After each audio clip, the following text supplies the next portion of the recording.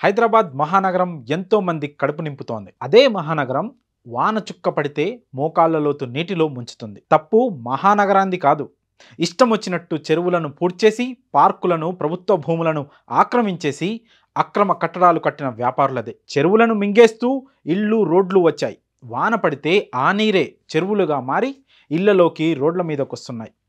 ఏది ఏమైనా కానీ ఎవరో చేసిన తప్పుకి అమాయక ప్రజలు అనేక ఇబ్బందులు పడుతున్నారు. వాన చుక్క పడితే హైదరాబాద్ మునిగిపోతుంది, రోడ్లన్నీ జలమయమైపోతున్నాయి అని గొంతు చిచ్చుకొని అరిచేవారే తప్ప పట్టించుకున్న నాథుడు లేకుండా పోయారు ఇన్నాళ్ళు.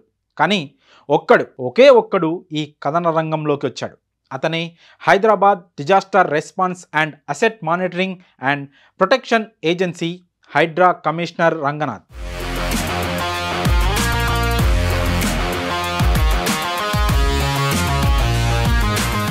ఈయన పూర్తి పేరు ఆవుల వెంకట రంగనాథ్. పుట్టిన ప్లేసు నల్గొండ. సుబ్బయ్య, విజయలక్ష్మి దంపతులకు 1970లో అక్టోబర్ 22న జన్మించారు. హుజూర్ నగర్ తదితర ప్రాంతాల్లో ప్రాథమిక విద్యను అభ్యసించిన రంగనాథ్ ఆ తరువాత గుంటూరులో 10వ తరగతి వరకు చదివారు. ఇంటర్, ఇంజనీరింగ్ హైదరాబాద్లోనే పూర్తి చేశారు.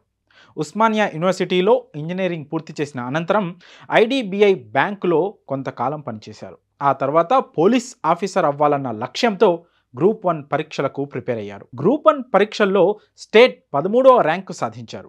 అలా 1996 బ్యాచ్లో డిఎస్పి ర్యాంకులో స్థిరపడిన రంగనాథ్కి 2000వ సంవత్సరంలో గ్రేహౌండ్స్ అసాల్ట్ కమాండర్గా మొదటి పోస్టింగ్ వచ్చింది. ఆ తర్వాత కొత్తగూడెం డిఎస్పిగా బదిలీ అయ్యారు. అక్కడ 2003 వరకు పనిచేశారు. ఆ తర్వాత ఒక ఏడాది పాటు వరంగల్ జిల్లా నర్సంపేట డిఎస్పిగా, 2004లో ఎన్నికల సమయంలో ప్రకాశం జిల్లా మార్కాపురంలో పనిచేశారు. తన కెరియర్లో ఎన్నో సంచలనాలను సృష్టించారు ఏవి రంగనాథ్. తూర్పుగోదావరి జిల్లా అడిషనల్ ఎస్పీగా ఉన్న సమయంలో బలిమెల రిజర్వాయర్ వద్ద గ్రేహౌండ్స్ సిబ్బంది నక్సల్స్ చేతిలో ప్రాణాలు కోల్పోయారు. ఆ సమయంలో రంగనాథ్ను ఆ ప్రాంతానికి బదిలీ చేశారు. 2012 డిసెంబర్ వరకు ఆ ప్రాంతంలోనే గ్రేహౌండ్స్ ఆపరేషన్స్ పునరుద్ధరించడంలో కీలకంగా పనిచేశారు. ఆ సమయంలో రంగనాథ్ చేసిన కృషికి రాష్ట్రపతి గ్యాలంటరీ అవార్డు దక్కింది. ఆ తర్వాత 2014 వరకు ఖమ్మం ఎస్పీగా పనిచేసి ఆ తర్వాత నల్గొండకు బదిలీ అయ్యి అక్కడ 4 ఏళ్లు పనిచేసి తనదైన ముద్ర వేశారు. నల్గొండలో ఉన్న సమయంలో డిఐజీగా పదోన్నతి వచ్చింది. ఆ తర్వాత హైదరాబాద్ సిటీలో జాయింట్ కమిషనర్గా విధులు నిర్వర్తించిన ఏవి రంగనాథ్ వరంగల్ పోలీస్ కమిషనర్గా నియమితులయ్యారు. రాష్ట్రంలో సంచలనం సృష్టించిన ఆయేషా, నల్గొండ జిల్లాలో అమృత ప్రణయ్ కేసుల విషయంలో ఎంతో చొరవ చూపించారు. నర్సంపేటలో పనిచేసినప్పుడు నక్సల్ సమస్యపై కీలకంగా పనిచేశారు.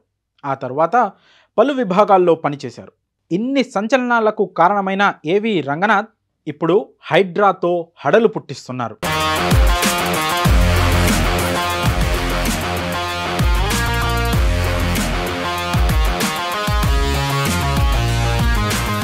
హైదరాబాద్ నగరంలో ఇప్పుడు మారు మోగిపోతున్న పేరు హైడ్రా.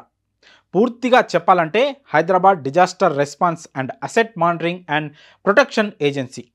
తెలంగాణ రాష్ట్ర ప్రభుత్వం దీన్ని ఒక ప్రత్యేక ఏజెన్సీగా ఏర్పాటు చేసింది. ఈ హైడ్రాకు రంగనాథ్ను కమిషనర్గా నియమిస్తూ స్పెషల్ పవర్స్ కూడా ఇచ్చింది రేవంత్ సర్కార్. మహానగరంలో కబ్జాకు గురైన చెరువులు, కుంటలు, నాలాలు, ప్రభుత్వ భూములను గుర్తించి అందులో నిర్మించిన అక్రమ కట్టడాలను కూల్చేస్తూ కబ్జాదారులపై చర్యలు తీసుకుంటూ ఈ హైడ్రా ఇప్పుడు హైదరాబాద్లో సంచలనం సృష్టిస్తోంది. కబ్జాకోర్లకు కంటి మీద కొనుక్కు లేకుండా చేస్తోంది హైడ్రా. ప్రభుత్వం నుంచి ఫుల్ సపోర్ట్ ఉన్న ఈ ఏజెన్సీ ఇంత బలంగా, దూకుడుగా పనిచేయడానికి కారణం రంగనాథ్.